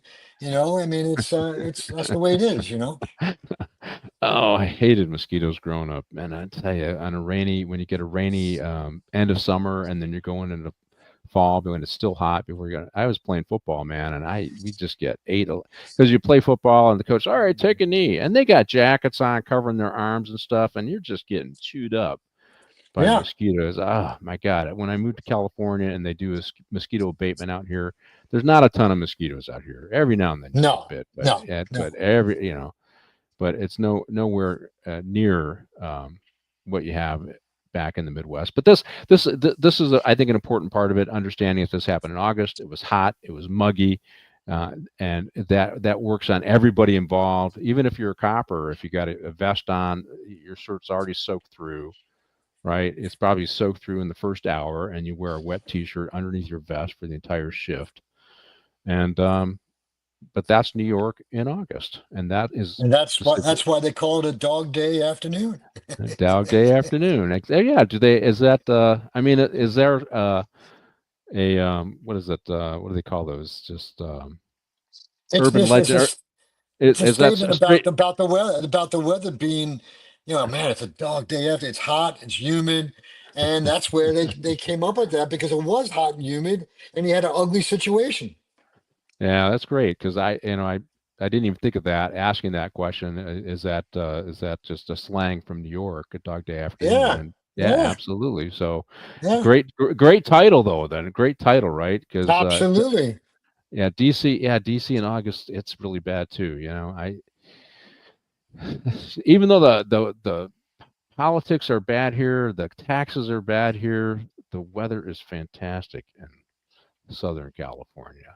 So that's why the politicians get away with doing all the stupid stuff because the weather's good and we tolerate it, right, Ralph? Yeah, exactly. You're 100% right there, Pat.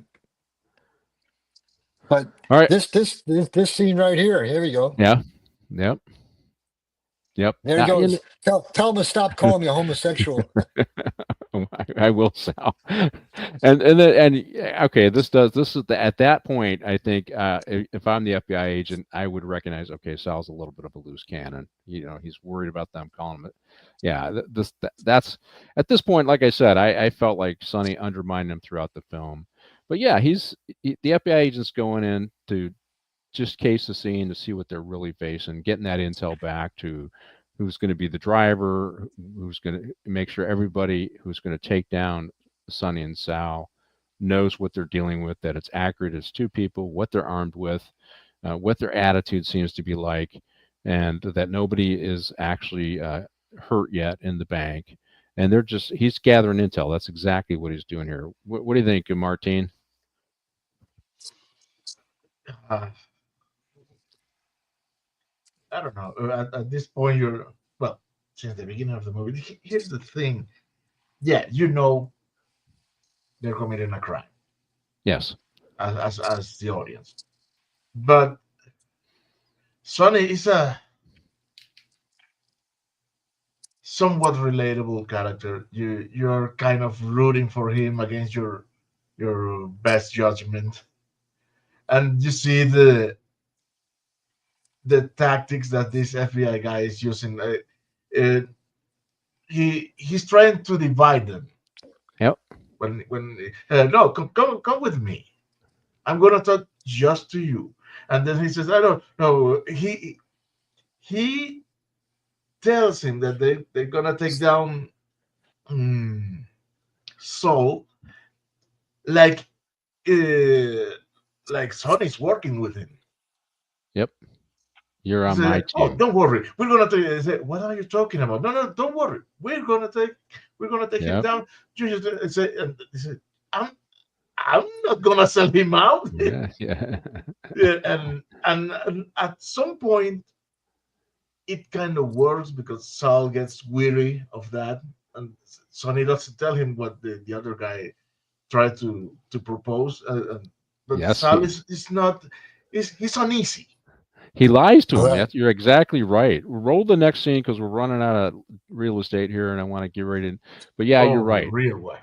Yeah, the real Oh, wife. this scene I is I think this is a fantastic scene. I think yes. this actress, and I forget her name, did a great job where she's just ignoring what Sonny has to say. I want to talk to the kids. And she just goes into this rant about everything and never gives him one minute to talk. And I just I thought she did as an actress. She did a fantastic job on this. You don't understand, Sonny. This is Yeah. what do people get? Me, And me, it's me, it's me, all me. about me. It's all about I. And she never. And of course, Sonny never really gets a chance to talk to his kids. And and, and this is where you see the weight of the world is on him. And I'm dying here. You can hear him say I'm dying. What'd you think? First, let's talk about the acting part of this, Ralph. I thought this was fantastic. This phone call. How do you make a phone No, call entertaining? I think they did a fantastic job. well, first of all, that lady, I've seen her in other movies, and she's a Yes. New Yorker, and she captured a emotional New York lady from New York, and she did a great job. She did a great job, and on top of that, the FBI must have been listening in on this Oh phone yeah. call too. So he would they would get intel about Sonny's state of mind at the time. But I thought she was outstanding. I mean, in a small part, not only from this, but also when they were at McDonald's outside with the kids, she's grabbing them, rushing them away and stuff, and all her dialogue, and it would seem like so. I mean, so natural. Even talking about her body, and the kids, and the way she was talking to the two police officers. She put the girl on top of the bed and grabbed the kid again. You and I've seen people like this who are emotional, Pat, Yep. during our careers. And she captured that spot on. Yeah, I think she did a great job. And I was like when you see the last scene, you kind of where the FBI says that cuts Sonny off from. You kind of hate the FBI agent because you know what's coming. Right? Yeah, yeah, They're not going to get out. And then you watch this one, and you can't help but feeling bad for Sonny here.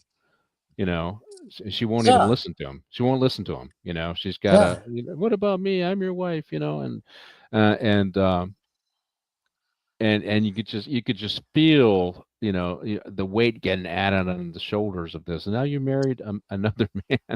God. And this is all playing out where this bank robbery is going on, and he just wants to talk to his kids because he's not sure if he's going to survive this. And she doesn't give it to him. Hey, but I want to just go back to some. So the statement in New York about summer is a dog day of summer. That's the Yeah. statement. They were talking Okay. about the weather. It's a Yeah. dog day of summer. That's what it's. Yeah. Yeah. I just think one, it's a great title, and it's Mm. emblematic. Let's see. Sonny bursts out and finally says, "Will you shut the f up?" Yeah, she does do that. And then, but she just keeps going. She keeps going. It's Yeah, he just has to hang the phone because she just she won't stop. that's what that's why I think Martina. That's why I think she did a fantastic job as an actress.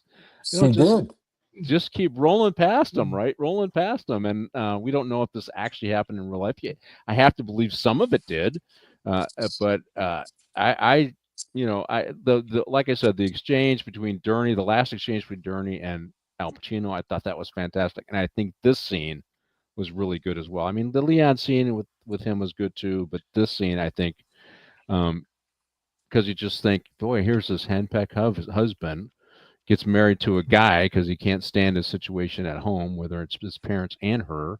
Still loves his kids, and then you Yeah. see why he's dealing why he has this drama in his life.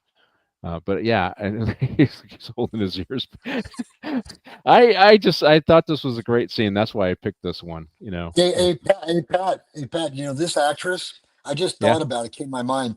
The movie she was in 1980 or 81 was Night Shift with Michael Keaton and Henry Winkler. When yeah, Henry Winkler was running a prostitution ring with yeah. Michael Keaton out of the New York Coroner's morgue, office. Yeah. coroner's office.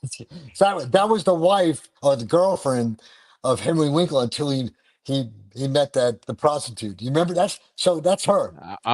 We'll have to watch that movie. I don't the, know if we could do that.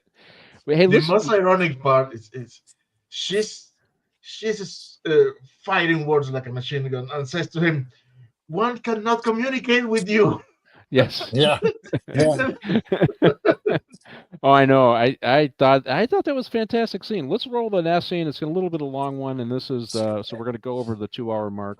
But this is and you're right, Martine. I know you said this earlier. The ending kind of slows it down, and yeah. in reality, in a real hostage situation, you want to slow things down. Time is your Absolutely. time is your friend. I Yeah. don't He was know. your friend. What I say is after the whole thing has been resolved, the movie still lingers. Yeah. They should have cut it shorter. So you see they carry away Oh, Saul. Sal. Give it, Sal. Yeah. give it like Well, five but or they ten had to do seconds that. and end. They had to But do that. they let it go. Sal had to be carried out in front of all the hostages. Yeah, So that to see, because you really come away with this wasn't a success; it was a failure. Is at the end of the movie, right? That's what I think the audience comes away with. But here they do try to bring in a black guy to be the driver, and ends up, of course, he's a cop, probably an FBI agent, and I think this guy's engagement with him gave him, just obviously Sonny says, "Okay, why are you asking me questions?" No normal guy would do that, right? And but he figures he's a cop, but the FBI obviously planned for all contingencies. They already had somebody else ready to go. The guy standing next to him. So what Sonny should have done is said, "Hey, I want give me that New York copper to drive the truck." So somebody else that or somebody in the crowd that it may be somebody you can trust instead of going with who they selected, right? But Mhm. he searches the truck, questions this guy. He doesn't want the black guy now, and he heads off to. They head off to the airport. Eventually, they get in and they head off to the airport. Hey Pat, I gotta tell you, while you talk about when they took off and driving from the bank, their convoy driving was despicable in the movie. Yeah, I mean, yeah. I mean, when you have people from the community driving by and throwing, the beer cans and flipping people off and calling him maricon, which Yeah, means queer and stuff. I mean, you don't allow people to come alongside you to do that stuff. But I was laughing, but because it's a movie though. But in real life, you don't allow anybody to get near your convoy.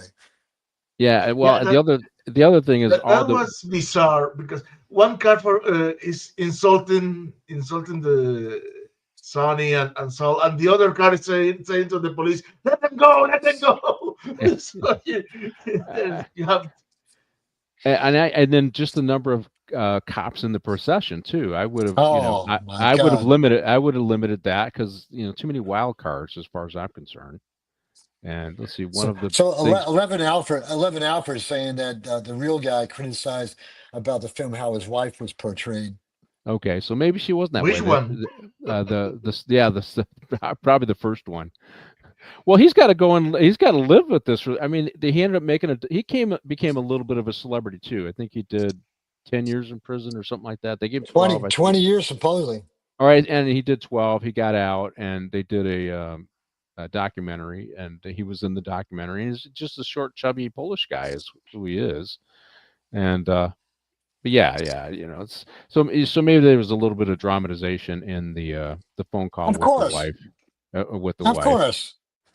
But it was it was one of those classic scenes where you just feel sympathetic for Sonny all the way along the way. And this is so here's your, like I said, he's the lovable rogue in this movie. It's a true life story, but he becomes the lovable rogue the way Sidney Lumet presented the film, and the actors played this out. Yeah, yeah. She persists to have the last word. Yeah, over and over again. God, I couldn't take that, if I was married to that. But I think that's what you want to come away with. That's why the actress did a great job. That's why Oh she did yeah, a great yeah. job. It was fantastic. And that's why I thank you that I recommended, because I thought it was great acting, but it was a great storyline. It was true. Yeah. Did we get? I thought I had another one. Last Will and Testament. Is there another scene? Did we get them all, Martine? No. That's it. Okay, so let's just go over.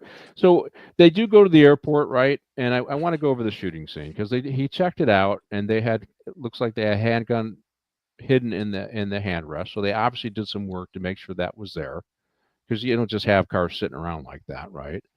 And our actor, who I think he played in Predators, Bishop, I think he played the In He played Alien, an alien, yeah, yeah, Lance alien, alien. Henderson. yeah. So he's a longtime character actor, and he ends up being the driver.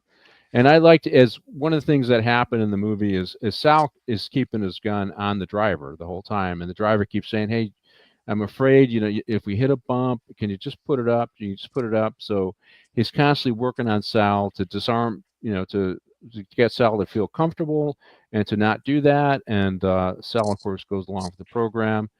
And so they had this planned out. They knew what they were going to do. I think the fact that these were long rifles worked out well as part of the plan because, long rifles, it's hard to wield those when you're in a car.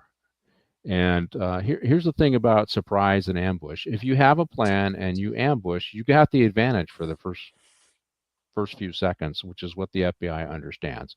So they lull them into a sense of security. That's why it's got to slow down, right? We slow it down, lull them. And if we're going to take action, if we can use surprise, we will use surprise. And our main FBI agent comes up to talk to Sonny about, making arrangements for the getting on the plane. How are we going to do that? And obviously, he's making eye contact with the driver. They've already got this planned out.